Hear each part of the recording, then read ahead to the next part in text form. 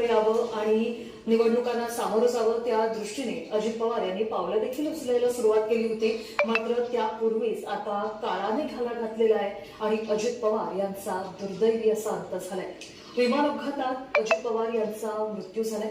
बारामतीत आज त्यांच्या 4 सभा होणार होत्या आणि याच सभांसाठी अजित पवार मुंबईहून अगदी सकाळीच निघाले होते. मात्र लँडिंगच्या वेळेलाच त्यांचा अपघात झालेला आहे.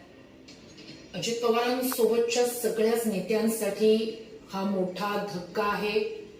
कारण कार्यकर्ते असतील किंवा नेते असतील आपल्या सोबतचे, या सगळ्यांसाठी कायमच अजित पवार हे हजर असायचे, उपलब्ध असायचे. म्हणजे कधीही आपल्याला अजित पवारांशी संवाद साधता येईल अशा प्रकारे अजित पवारांचं एक व्यक्तिमत्व होतं. स्पष्ट बघते, मात्र तितकंच कार्यकर्त्यांसाठी आणि नेत्यांसाठी.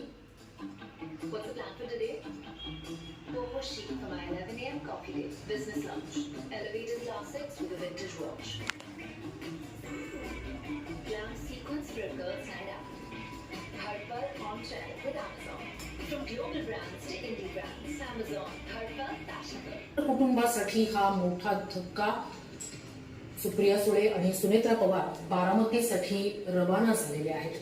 तर हॉस्पिटल बाहेर कशा प्रकारे कार्यकर्त्यांनाही दुःख अनावर झालंय त्याची आपण ही दृश्य पाहतोय. प्रत्येक कार्यकर्त्याच्या, प्रत्येक बारामतीतल्या माणसाच्या डोळ्यात आज सध्या अश्रू आहे. कारण अजित पवार हे फक्त एक राजकीय नेते नव्हते, तर आकांक्षा, उद्दिष्ट आणि स्वप्नांचे कट्टर समर्थक म्हणून अजित पवार यांची संपूर्ण देशातच ओळख आहे. अशीच भावना माझ्या मनात येते. पण खूप खूप खूप धक्का बसला हे सगळं ऐकून, खूप धक्का बसला. त्या ठिकाणी प्रचारासाठी जात होते आणि त्यावेळी विमानामध्ये तांत्रिक बिघाड झाला आणि हा अपघात झाल्याचं प्राथमिकरित्या बोललं जात आहे. कसं पाहता याकडे एकंदरीतच तुम्ही? अपघात आहे, घातपात आहे, नेमकं काय वाटतंय? नाही, काहीच माहित नाही. आता डीजीसीए कडनं आता ही फक्त बातमी तुमच्याकडून कळली.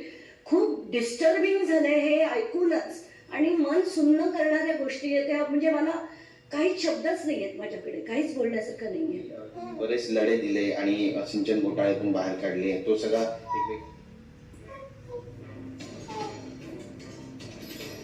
तर कार्यकर्त्यांसाठी हा किती मोठा धक्का ते आपल्याला या ठिकाणी खरं तर दिसतंय. मोठ्या संख्येनं कार्यकर्ते. शब्द आपले नाहीत काय त्यांच्याबद्दल भावना व्यक्त करण्यासाठी.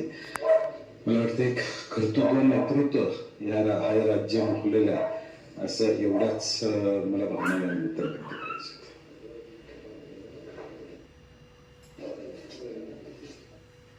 नेत्यांसाठी हा मोठा धक्का. कारण प्रचाराच्या रणधुमाळीत हे सगळे नेते सध्या होते. मुख्यमंत्री, उपमुख्यमंत्री दोन्ही हे जिल्हा परिषद आणि पंचायत